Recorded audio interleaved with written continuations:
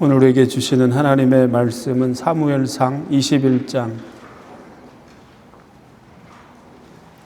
1절에서 6절까지 우리 함께 합독하도록 하겠습니다. 사무엘상 21장 1절에서 6절 우리 다 같이 함께 합독하겠습니다. 시작.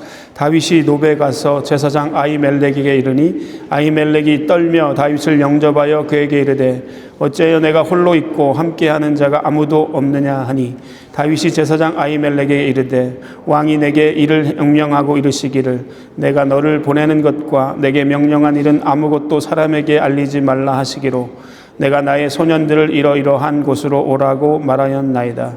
이제 당신의 수중에 무엇이 있나이까? 떡 5덩이나 무엇이나 있는 대로 내 손에 주소서 하니 제사장이 다윗에게 대답하여 이르되 보통 떡은 내 수중에 없으나 거룩한 떡은 있나니 그 소년들이 여자를 가까이만 하지 아니하였으면 주리라 하는지라.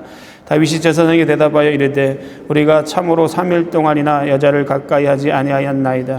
내가 떠난 길이 보통 여행이라도 소년들의 그릇이 성결하거든 하물며 오늘 그릇의 그릇이 성결하지 아니하겠나이다 하며 제사장이 그 거룩한 떡을 주었으니 거기에는 진설병 곧 여호와 앞에 물려낸 떡밖에 없었습니다. 이 떡은 더운 떡을 드리는 날에 둘려낸 것이더라. 아멘. 사무엘상 21장까지 왔습니다. 오늘 우리는 사무엘상 21장까지 이르렀습니다. 이 21장이 의미가 있는 것이 21장부터 31장까지 다윗이 쫓기는 도망자의 삶을 자세하게 기록하고 있는데 그 첫 장이 21장입니다. 21장부터 본격적으로 다윗은 사울에게 쫓기는 도망자의 삶을 삽니다. 그러니까 다윗 입장에서는 총체적인 고난과 어려움을 통과하게 됩니다. 당시 최고의 권력자 사울이 지휘관 추적을 10년 동안 받게 됩니다. 생각해 보십시오. 너무나 불안하고 초조하고 늘 피말리는 삶이었습니다. 잠을 편하게 잘 수도 먹을 것을 마음껏 먹을 수도 없습니다. 그는 늘 쫓기는 도망자의 삶에 시달렸습니다. 이러다가 내 인생이 끝날 것 같은 생각에 사로잡힐 때는 절망의 깊은 골짜기에 빠져서 우울증에 시달렸을 것 같습니다. 그것도 그의 나이, 가장 빛나는 나이, 10대 후반부터 30대 초반까지 청년의 때입니다. 청춘의 시간입니다. 비관적으로 생각하면 너무 깊은 절망입니다. 생각해 보십시오. 그 황금 같은 청춘의 때, 그 소중한 시간들을 그렇게 낭비하고 허비한다고 생각해 보십시오. 미래를 생각할 때마다 암울할 수밖에 없습니다. 대부분의 많은 사람들은 이렇게 10년 이상 도망자로 쫓기는 삶을 살게 되면 파괴되거나 망가지는 것이 보통 일일 것 같습니다. 원한으로 살게 되고 비관론자가 되고 파괴되고 망가지는 인생을 살 수밖에 없습니다. 제가 여러분에게 책 한 권을 소개하고 싶습니다. 다윗 현실에 뿌리 박은 영성. 읽어보신 분이 있을 것 같습니다. 유진 피터슨 목사님이 제가 아주 좋아하는 목사님인데 이 책을 썼어요. 영어 제목은 Everyday Christian입니다. 제가 아주 감동적으로 20대 후반에 두고두고 읽고 있는 책입니다. 제가 늘 소중하게 여기는 책. 그 주된 내용이 바로 21장부터 31장까지 쫓기는 도망자의 삶을 현대 언어로 유진 피터슨 목사님이 기록한 책입니다. 우리의 현실이 쫓기는 도망자의 삶과 같다는 것입니다. 그렇지 않아요? 여러분 일상의 삶, 직장생활 하시는 분, 아이를 키우시는 분, 우리의 현실은 늘 두려움과 상처와 초조와 긴장 가운데 살아가고 있습니다. 도망자의 삶, 쫓기는 불안한 삶. 그런데 그 쫓기고 도망자의 삶을 살지만 하나님을 신뢰하는 믿음이 있기 때문에 그 시간을 믿음으로 통과하면서 빚어지는 영성이 있다. 이것이 그 책에서 말해주고 싶은 골자예요. 여러분, 우리의 삶에도 동일하게 달과 같이 쫓기는 도망자의 삶을 살면서 너무나 힘겹게 살아갈 수밖에 없는 현실의 삶을 삽니다. 그러나 하나님의 사람들은 그 현실에 뿌리 박은 영성, 그 시간을 지나가면서 빚어지는 하나님의 영성이 있다는 거죠. 여러분, 오늘 우리가 곤고한 삶을 보내게 될 때가 있습니다. 때로는 하나님께서 그 시간들을 우리에게 허용하시면서 우리를 그 고난의 한가운데로 집어넣으실 수도 있습니다. 왜 그럴까요? 그 시간을 반드시 지나가야만 성숙한 하나님의 사람이 될 수 있기 때문에 그렇습니다. 그 시간을 살아야만, 그 고난과 광야의 시간을 지나가야만 야성을 찾을 수 있기 때문입니다. 하나님은 세상과 분리되고 현실과 분리된 신앙을 원하지 않습니다. 믿음이 좋다는 것이 무엇일까요? 기도원 가서 살면서 늘 찬송하고 기도하는 거, 그게 믿음이 좋은 것일까요? 믿음이 좋다는 것은 단순히 세상과의 단절을 의미하는 것이 아닙니다.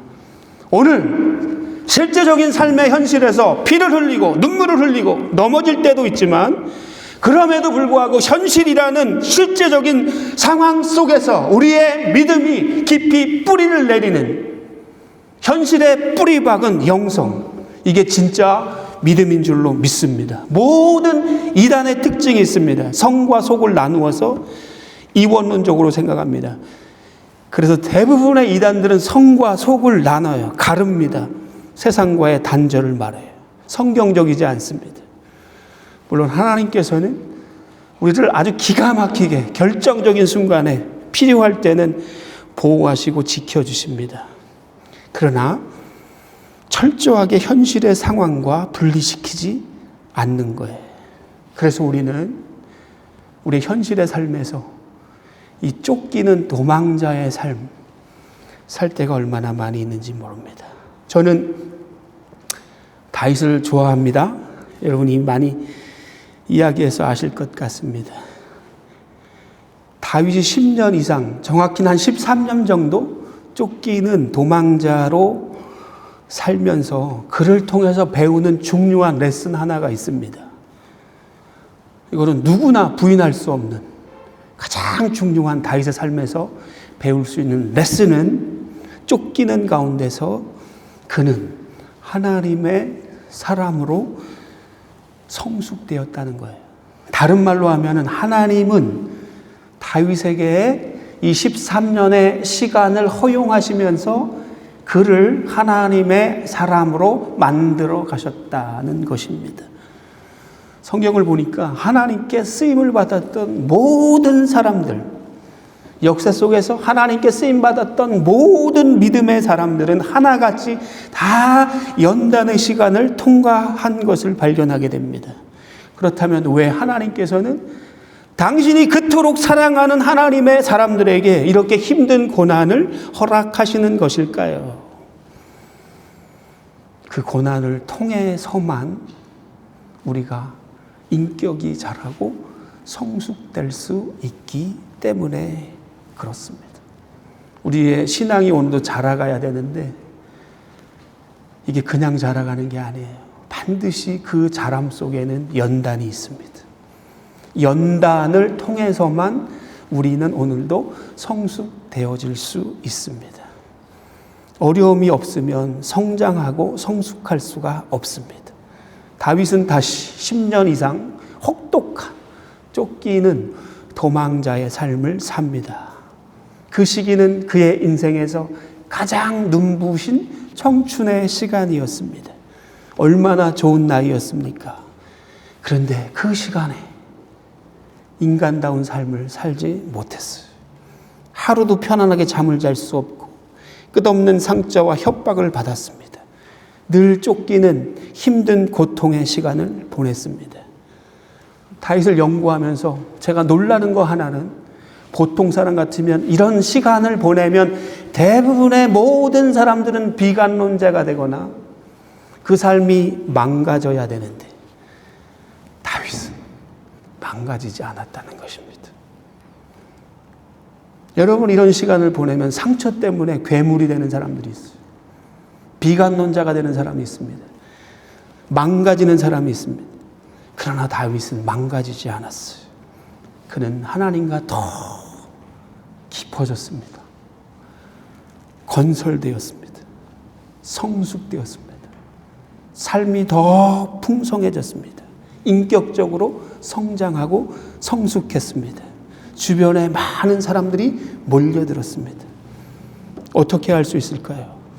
혹독한 광야의 시절을 통해서 망가지지 않았기 때문에 그는 깊이 성숙하고 성장할 수 있었고 건설될 수 있었던 것입니다. 31장 이후에 나오는 다윗은 모든 사람에게 존경받을 만한 사람으로 거듭나고 있는 것을 우리가 보게 됩니다. 광야의 혹독한 시간을 보내면서 가장 중요한 첫 번째 이유는 하나님을 깊이 만났기 때문에 그래요. 하나님을 깊이 경험했어요.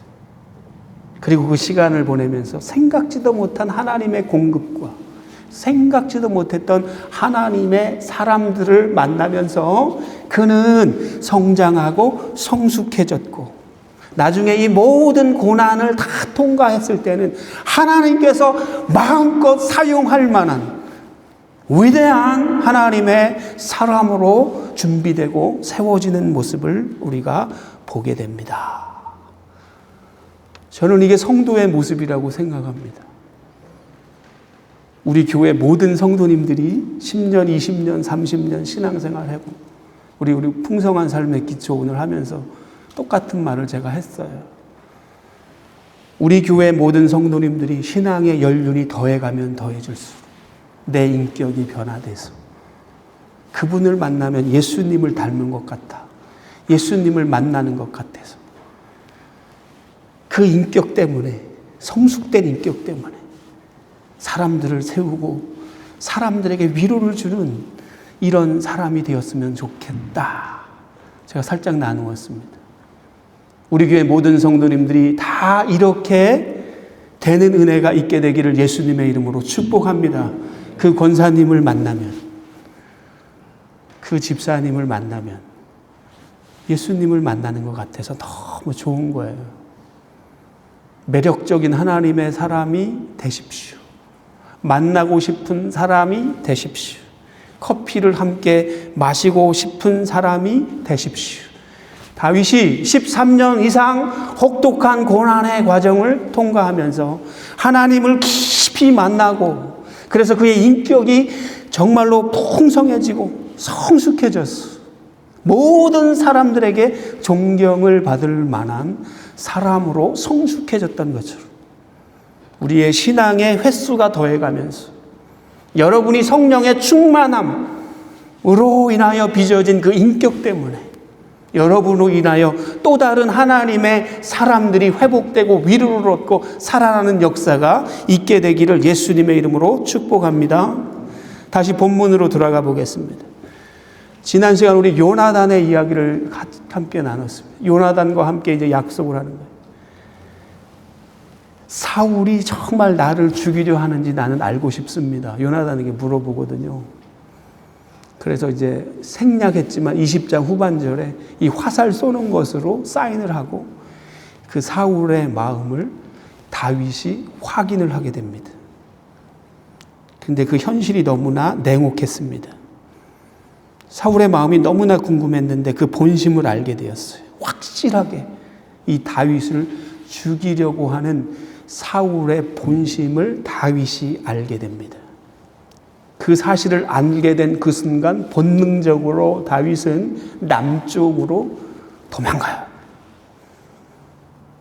다윗이 택한 목적지는 예루살렘 북쪽에서 4킬로 떨어진 노비라는 땅입니다. 왜 이곳으로 갔을까요? 첫 번째, 높 지나면 자기 고향, 유대 지파의 고향이 있습니다. 가는 길에 첫 번째로 들인 곳이 남쪽으로 도망간 첫 번째 동네가 노비였습니다. 왜 이곳으로 갔을까요, 여러분? 여기에 성소가 있기 때문에 그렇습니다. 성소가 있기 때문에 여기에는 예배하는 제사장들이 가득했던 곳이 노비입니다. 다윗이 본능적으로 놉을 찾았다는 것은 큰 의미가 있다고 저는 생각합니다. 지금 다윗은 가장 높은 위치에서 반역자의 누명을 쓰고 가장 낮은 자리로 추락하여서 이제는 도망자의 신세가 되었습니다. 인생의 차가운 겨울이 찾아왔습니다. 노보로 가장 먼저 간 이유는 거기가 바로 예배하는 자리였고 거기에 하나님의 사람 제사장이 있기 때문에, 그는 가장 평소에 예배하는 것이 그의 삶의 우선순위였기 때문에 그 인생의 가장 큰 위기의 순간에 높당으로 갔던 것입니다. 성소가 있는 그곳, 하나님의 사람이 있는, 제사장이 있는 그곳으로 갔던 것입니다. 거기서 인생의 다음 스텝에 대해서 인도함을 받기를 원했던 것입니다. 여러분, 여러분의 인생의 위기와 어려움을 만났을 때 가장 먼저 예배의 자리로 나아갈 수 있는 여러분이 되시기를 예수님의 이름으로 축복합니다. 갈 길이 보이지 않을 때, 추락했을 때, 내 인생의 정말 절대절명의 위기의 상황 가운데 가장 먼저 하나님 앞에 나와서 갈 길을 묻고 찾을 수 있는 여러분이 되시기를 예수님의 이름으로 축복합니다. 1절 보니까 다윗을 맞이한 노베 제사장 아히멜렉이 나옵니다. 그가 두려워서 떨면서 맞이했어요. 행색이 너무나 초라했기 때문에 놀랐습니다.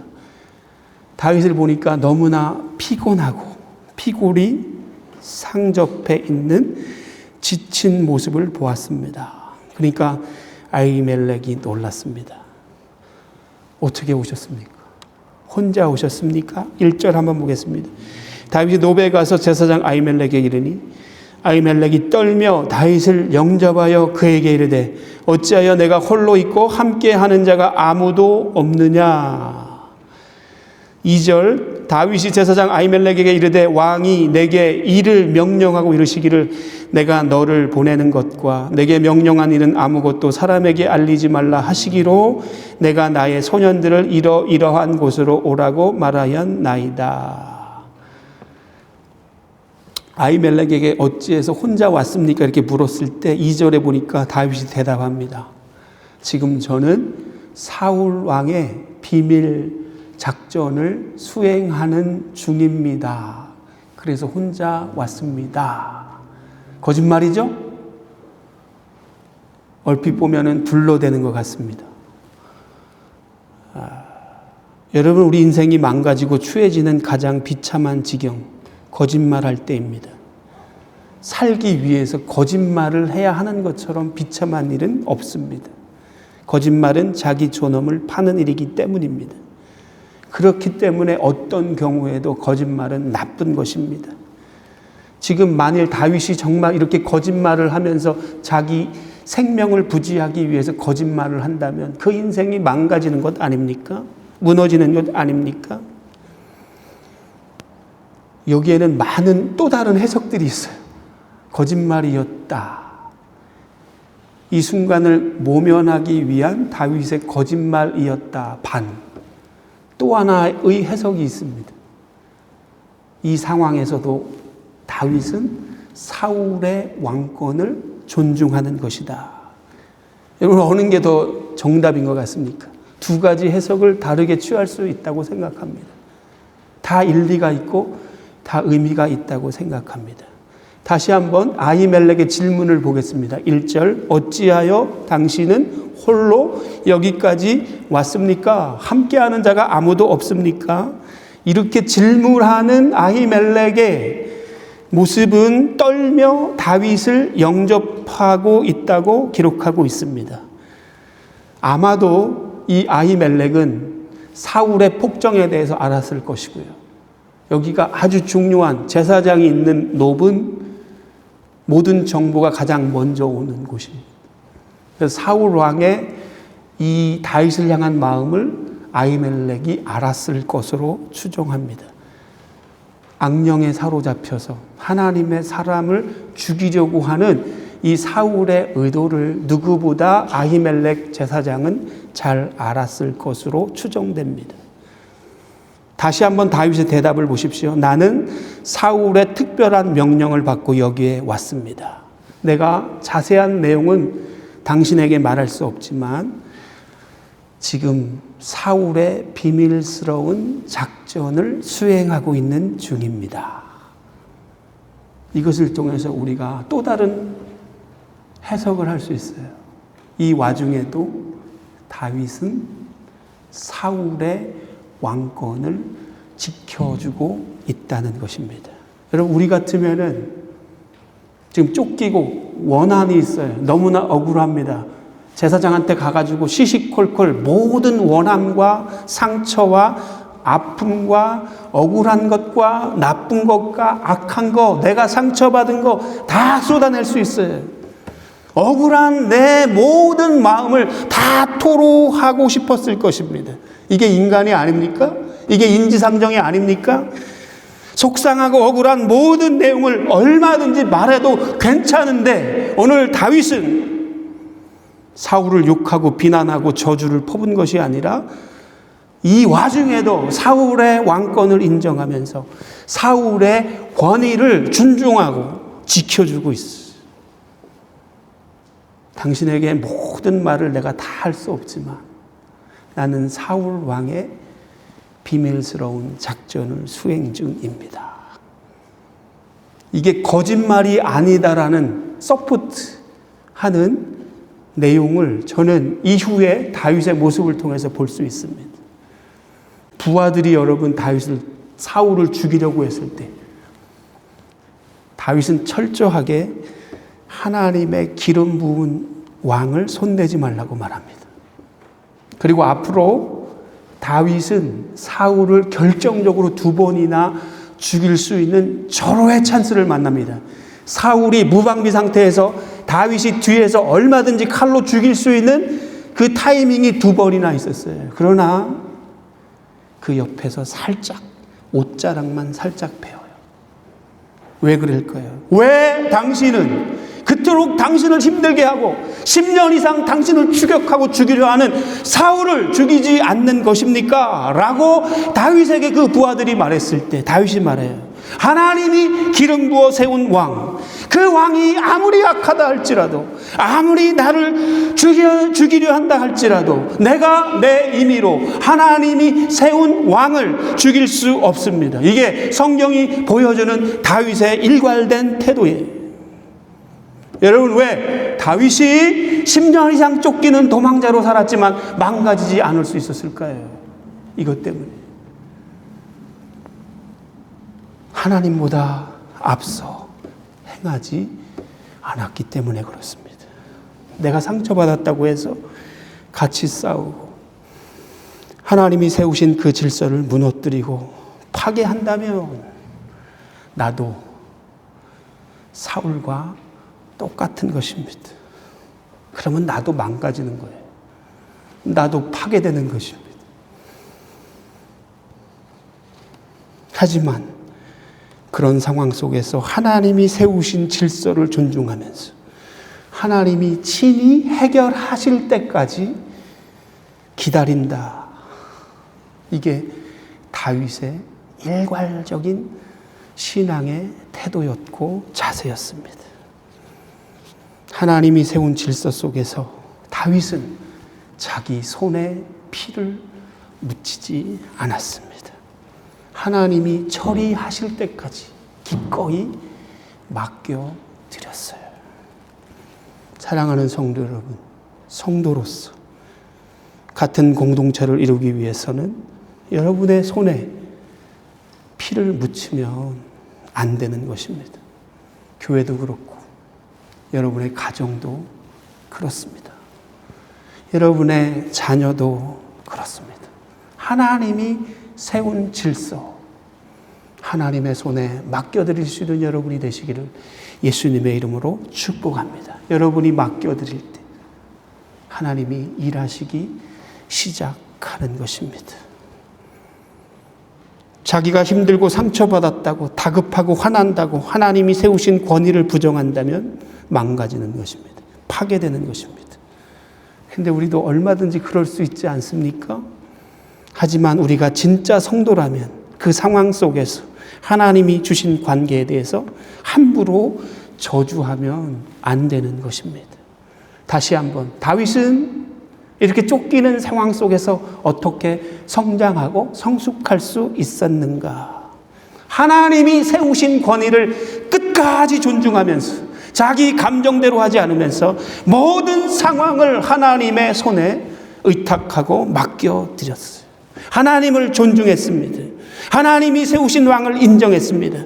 대적이라 할지라도, 나를 죽이려 하는 사울이라 할지라도 하나님의 주권과 하나님의 질서를 인정했습니다. 사랑하는 성도 여러분, 누구를 아프게 말로 글로 아프게 하지 마십시오. 하나님을 존중하고 타인을 인정하십시오. 엘리 제사장이 추락하는 모습을 우리가 보면서 다시 한번 이 말씀을 배우는 거예요. 나는 나를 존중히 여기는 자를 내가 존중히 여기고 나를 멸시하는 자를 내가 경멸히 여기리라. 엘리의 두 아들, 하나님을 업신여기고 가볍게 여기고 하나님의 절대 권력 앞에 불순종했을 때 그 가문이 완전히 추락하는 내용을 보게 됩니다. 시편 141편 3절, 여호와여 내 입에 파수꾼을 세우시고 내 입술의 문을 지켜 주옵소서. 다윗은 철저하게 하나님 앞에서 살았던 사람이었어요. 그렇기 때문에 그는 성장하고 성숙할 수 있었습니다. 그 결과 다윗이 어떻게 되었을까요? 하나님의 은혜를 입습니다. 그는 놉 땅에서 다윗이 받은 것이 두 가지가 있습니다. 첫 번째는 진설병을 받습니다. 진설병이 뭐예요? 떡상에 있는 안식일마다 교차되는 떡이 있었습니다. 아무나 먹을 수 없었습니다. 그 떡은 제사장만 먹을 수 있는 떡입니다. 그 떡을 다윗이 받아서 먹게 됩니다. 이것은 하나님의 위로를 의미합니다. 나중에 예수님도 이 내용을 언급하게 되는 모습을 우리가 신약 성경을 통해서 보게 되지만, 허기진 다윗에게 제사장만 먹을 수 있었던 떡을 다윗이 받아 먹는 것입니다. 이것은 파격적인 은혜예요. 여러분, 하나님을 존중하고 하나님보다 앞서 행하지 않는 사람에게 이런 하나님의 위로가 있는 줄로 믿습니다. 다윗이 허기진 배를 움켜쥐고 3일 동안 도망자로 아무것도 먹지 못하고 허기진 채로 놉까지 왔거든요. 먹을 것을 요청했을 때 이 아히멜렉이 줄 것이 없습니다. 그러나 진설병이 있었습니다.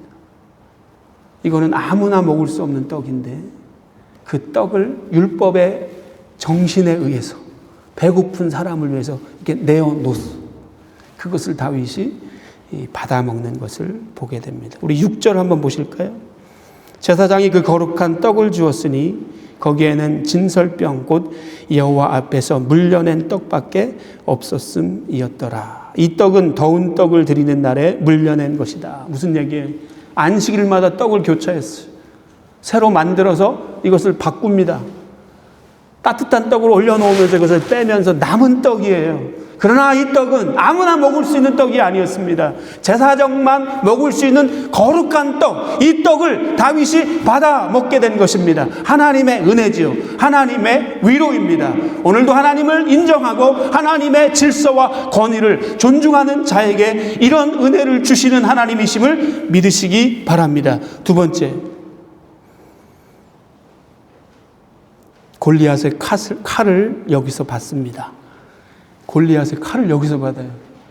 다윗이 골리앗을 물맷돌로 넘어뜨리고 넘어진 그 골리앗 앞에 가가지고 그 칼을 빼서 골리앗의 목을 칩니다.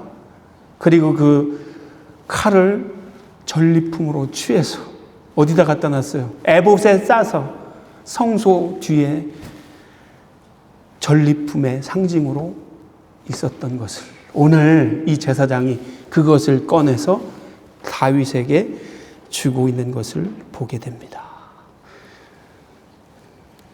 골리앗의 칼은 이스라엘 모든 병사들을 공포에 떨게 했던 무기였어요.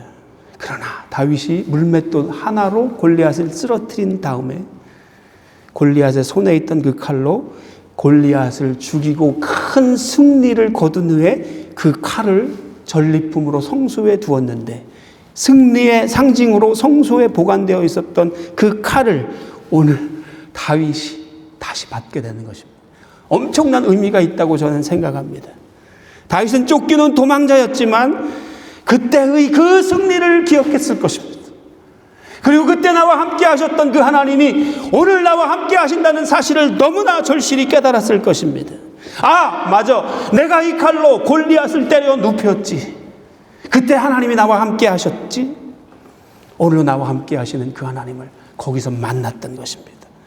그 칼을 손에 쥐고 다시 그는 결심했을 것입니다. 다시 힘을 내서 이 쫓기는 도망자의 삶이지만 다시 하나님이 원하시는 하나님의 멋진 사람으로 달려가야지. 그러면서 그 칼을 잡아 들었을 것입니다. 하나님의 능력이 다시 부어지는 순간입니다. 그리고 힘과 용기를 덧입어서 가야 할 길을 또 가는 다윗의 모습을 보게 됩니다. 말씀을 마치겠습니다. 다윗이 하나님을 존중하니까, 다윗이 하나님의 질서를 존중하니까, 다윗이 하나님의 권세를 인정하니까, 다윗이 하나님 앞에서 하나님을 두려워하니까 하나님께서 다윗에게 떡을 주셨어요. 하나님의 위로입니다. 그리고 골리앗 목을 뱉던 그 칼을 받아서 다시 힘과 용기로 일어서는 은혜를 입는 다윗의 모습을 보게 됩니다. 말씀을 마치겠습니다. 생명을 부지하기 위해서 도망자로 살아야 했지만 다윗의 삶을 연구해 보면 결정적인 순간순간마다 하나님의 위로가 그에게 있었습니다.